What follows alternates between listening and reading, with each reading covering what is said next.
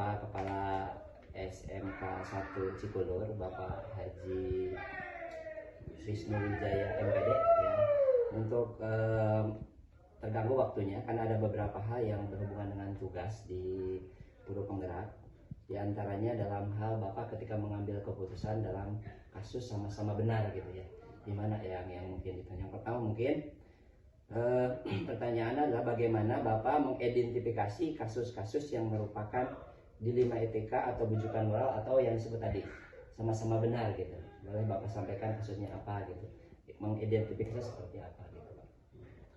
Nah, ya, untuk kasus-kasus yang katanya sama-sama benar, ya bolehlah sama-sama benar, tapi ada urgenitas, ada yang lebih diutamakan.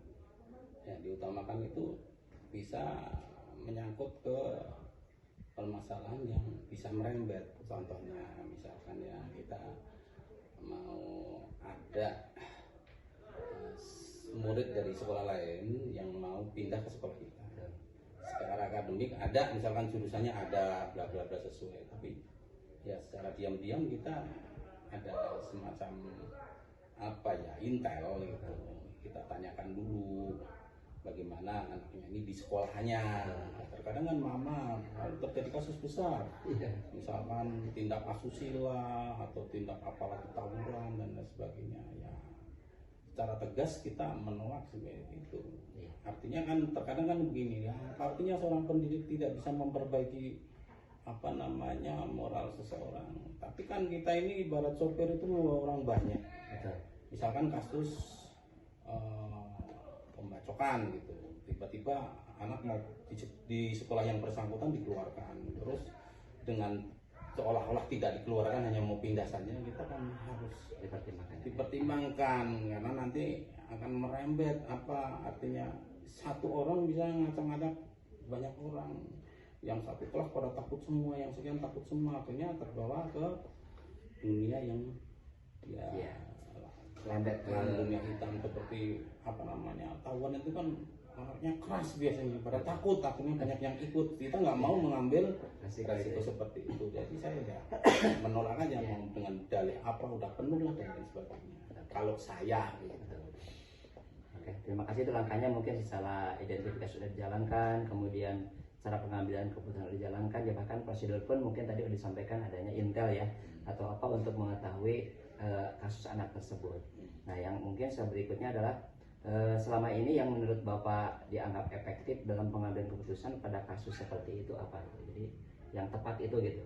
Ya, efektivitasnya kita tidak mau mengambil resiko ya. Berikutnya itu baru kasus dari misalkan yang saya ambil langkah tadi tawuran ya. Belum lagi tindak asusila. Misalkan anak yang hamil kurang 2 bulan lagi sudah ujian sekolah. Iya. Ya memang secara apa namanya, secara akademik atau secara kasihan ini ada unsur kasihan dan lain sebagainya. Yaitu kalau saya mengambil langkah seperti itu tetap tidak bisa. Nanti kalau ada yang dari luar, LSM dan sebagainya mempermasalahkan itu, anak kenapa dikeluarkan bla bla bla bla, kenapa tidak boleh sekolah? Bukan tidak boleh sekolah, cuma di sini bukan pada tempatnya. Terus gimana tempatnya? Ambil aja kejar paket A, kejar paket B yang sudah difasilitasi oleh pemerintah. Dan itu memang apa ya, dampak anak yang udah hamil dan lain sebagainya nantinya menjadi unsur kebiasaan. Setiap mau ujian sekolah 2 minggu lagi atau 2 bulan lagi, 3 bulan lagi ngasih undangan perkawinan kumaha gitu jadinya pendidikan kita. Betul Pak ya, mungkin hampir sama juga di sekolah di SMK Sejarah Gedung juga sama. Kemarin juga ada kajian seperti itu, udah mengikuti prosedur ya, karena bahwa di awal juga harus anak itu tanda tangan bahwa tidak boleh menikah ya sebelum selesai gitu sama kan bisa kejar paket A, kejar paket B, jadi sekolah itu tidak teracuni ya oleh gitu. Tapi sekolah juga membantu anak itu, gimana masuk kejar paket A, kejar paket B, sekolah mengarahkan gitu. Boleh ngikutin pendidikan, tapi di lingkungan sekolah ini bukan tempatnya. Betul. Ya, kalau secara teori di guru penggerak itu namanya individu versus kelompok Pak. Jadi kita mengamankan individu tapi akan berefek ke kelompok yang banyak gitu Pak. Itu yang mengakibatkan yang mengakibatkan jadi bumerang kemana-mana gitu. Itu mungkin kebijakan Bapak sampai itu.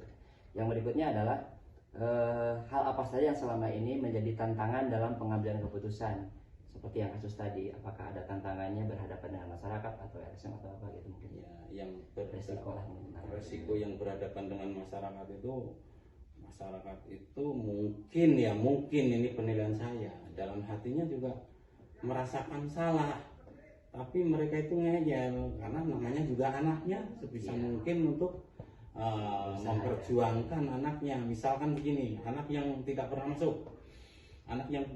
masuk ini yang rada susah gitu ya. Justru lebih susah daripada anak-anak yang kena kasus. Yang nggak pernah masuk itu misalkan sekian hari, kita wali kelasnya harus mempunyai catatan, kasih peringatan pertama. Kalau misalkan masih melakukan lagi, maka akan kami beli sanksi begitu sampai 3 kali. Oh, ada itu. Nah, 3 kali. Jadi sewaktu-waktu nanti orang tuanya protes, ini tanda tangan bapak pertama, ini tanda tangan bapak kedua, ini tanda tangan bapak ketiga. Meskipun juga terkadang berat. Iya. Kok berat bagaimana? Kalau untuk sekolah-sekolah di pinggiran, mohon maaf nih ya, kalau kita ngikutin aturan yang tegas seperti itu, sekian hari 3 alfa aja 3 berturut-turut bisa dikeluarkan, 3 alfa lagi.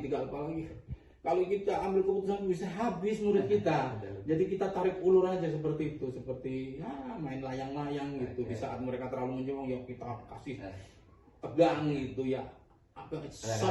Sok terapi gitu. Tapi kita tidak semata-mata keluarkan habis nanti siswa kita.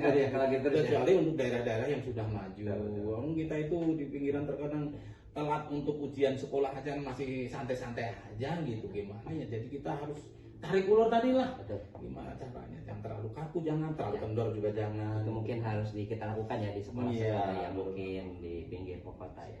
Yang selanjutnya mungkin Pak, ini sedikit lagi, dalam hal menyelesaikan kasus itu apakah ada jadwal atau langsung diselesaikan secara spontan Pak? Itu bisa biasa Bapak ketika ya tidak ada jadwal karena kasus itu kan terjadi itu sewaktu-waktu ya, kita juga tidak tahu, tapi kita sudah menekankan setiap wali kelas, apalagi PP dan lain sebagainya, kalau ada tindakan menyimpang yang sudah ya dianggap terlalu gitu ya, kasih peringatan pertama dengan redaksinya bagaimana ya.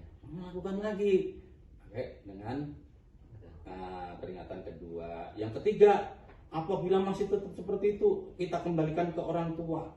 Nah, biasanya yang sudah itu pertama kedua itu mereka sudah ada warning lah gitu. Jarang yang sampai 3 kali diancam untuk dikembalikan itu mereka terus. Ya. Tapi kalau yang ketiga itu belum keterlaluan ya seperti tadi masih tarik ulur. Kecuali sudah tidak ada maaf lah, seperti maaf kan sering terjadi sekolah lain terjadi pembacokan seperti itu atau pemerkosaan, yang itu apa boleh buat yang seperti itu harus ya ambil tindakan, kembalikan ke orang.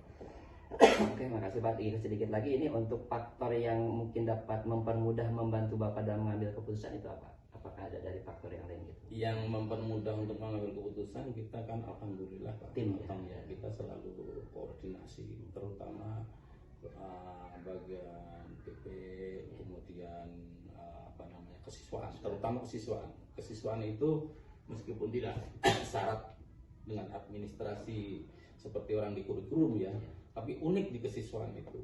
Di situ akan terbentuk jiwa kepemimpinan, jiwa mengambil keputusan. Kemudian kita juga koordinasi lagi dengan komite bahwa kasusnya ini biar jelas nih permasalahannya, karena terjadi miskomunikasi ya, terkadang ya kita juga harus memberi pengetahuan kepada komite, terutama komite ini yang rata-rata yang tidak tahu, ini seolah-olah komite ini saya suara dari masyarakat, seolah-olah begitu, apa yang disampaikan oleh masyarakat ditimbangkan kepada sekolah, padahal komite itu duduknya harusnya di tengah-tengah. Kalau masyarakatnya terlalu yang mendolimi sekolah ya jangan diterima, artinya koordinasi dengan sekolah. Sebenarnya bagaimana Pak ini kejadian kasus itu? Nanti kan ada terjadi titik temu. Oh ternyata kasusnya itu seperti ini loh. Tidak semata-mata yang disampaikan sama masyarakat, atau tidak semata-mata yang disampaikan sekolah. Disampaikan sekolah juga jelek, misalkan sekolah memungut apa terlalu mahal, bla bla bla bla. Nah komite ini juga harus menegur sekolah. Ya gitu Pak, masalahnya begini. Jadi kedudukannya di tengah-tengah komite ini, jarang komite ini yang tahu. Rata-rata komite itu tahunya juga suara dari masyarakat. Padahal sebenarnya juga tidak mesti semua dari masyarakat selalu benar. Terkadang hanya isu yang timbul tidak jelas dari mana gitu, ditanggapi seolah-olah sekolah yang salah. Jadi komite ini di tengah-tengah betul, harus orang pinter ini secara sosial gitu, orang harus ngerti. Jadi tidak sepihak informasinya. Kalaupun tidak ngerti, kepala sekolah juga berhak untuk membimbing komite meskipun dia begini loh Pak komite harusnya anu. Oke. Terakhir mungkin Pak, ini dalam kasus-kasus yang mungkin udah Bapak selesaikan, mungkin ada yang bisa diambil sebuah pengalaman atau keputusan apa namanya pelajaran lah buat Bapak kira-kira yang mungkin bisa disampaikan ke kita ya sebagai guru penggerak atau calon-calon pemimpin pembelajaran gitu. Pengalaman apa mungkin ya, atau inti dari pengambilan keputusan itu apa gitu. Nah, kalau pengalaman dari suatu keputusan yang sudah apabila masalahnya itu tidak, pokoknya istilahnya jangan sampai pancuran menjadi gerojokan. Ya, sesuatu yang kecil, air yang mengalir kecil, kita diamkan aja menjadi semakin besar. Jadi setiap masalah kecil itu sebaiknya cepat-cepat kita antisipasi. Tapi kita juga jangan lupa, pokoknya kerjasama. Seperti tadi yang saya bilangin, dari BP, siswaan atau dari komite itu harus saling sinergis gitu. Jadi terjadi kebersamaan. Ya terkadang karena ego ya udah kita ajak koordinasi juga merasa paling benar sendiri, itu yang terkadang kita harus berjuang lebih lebih berat, karena ngehadian penyakit sosial itu tidak seperti ngehadian televisi atau motor sekarang rusak nanti sore bisa kita ambil udah bagus, atau komputer sekarang rusak 3 hari lagi bagus. Tapi penyakit sosial ini bertahap ya, terlalu ekstrim juga terbentur, ada benturan, terlalu letoy juga, jadi ya harus fleksibel, pandai-pandai, tapi terus-terusan gitu lah. Gitu, oke. Terima kasih Pak Haji Wisnu sebagai Kepala SMK 1 Cikulur yang baru meluangkan waktu untuk diwawancara dalam hal tugas tentang pemimpin pembelajaran. Terima kasih Pak. Ya, sama-sama.